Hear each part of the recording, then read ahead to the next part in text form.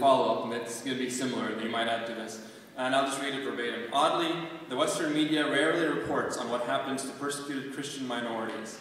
As in Iraq, with the slaying of the native Christians, the Coptics in Egypt are being attacked. What is the fate of Christians if these quote-unquote democratically elected Muslim regimes, take hold of power throughout the Middle East? So if you could comment on that as well. Yeah, I just want to go through one of the things that Glenn Beck and others talk about is that in terms of what's happening in Egypt is the Sharia is going to rule the world and the caliphate's going to be resolved and restored and things like that. Let me point this out to you. This phrase, let me find it here.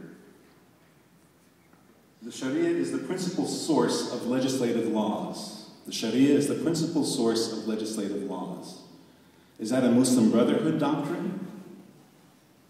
It's in the Egyptian constitution that Mubarak has, it's the constitution that Mubarak keeps referring to in his speeches.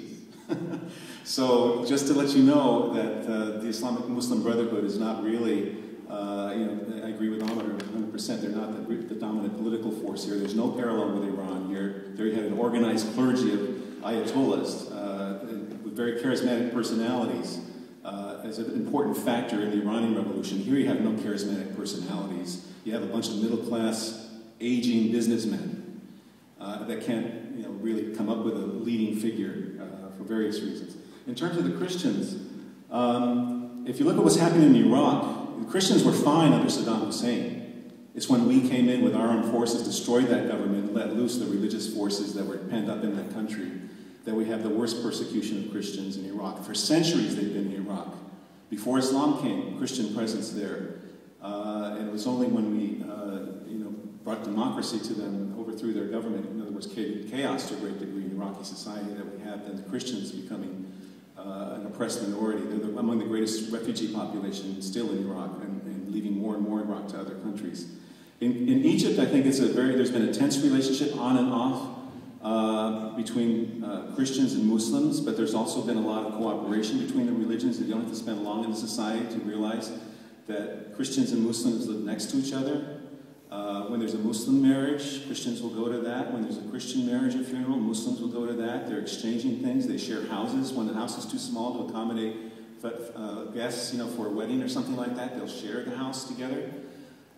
So they look the same. They speak the same language. They have the same jokes. They follow the same soccer matches. They dress the same to a great degree. We did have this incident of the bombing that occurred in Alexandria back on New Year's Eve at the Coptic Mass. Interestingly, though, I think both Muslim and Christian Egyptians looked at that as an indication of the weakness of the Mubarak regime. Because remember, the Mubarak regime talks about wanting to bring stability and order and unity to the people.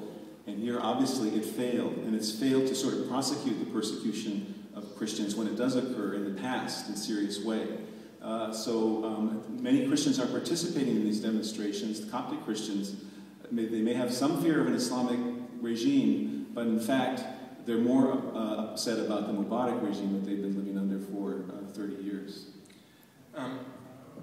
It's fun because of time. I think we'll get more chances to speak.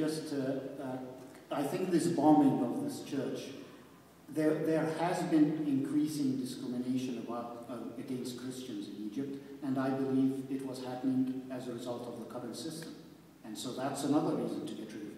And I believe that this bombing that happened in Alexandria on the 31st of December at the Church of the Two Saints was actually one of the triggering factors for the 25th of January revolution, because the amazing amount of solidarity that came out, both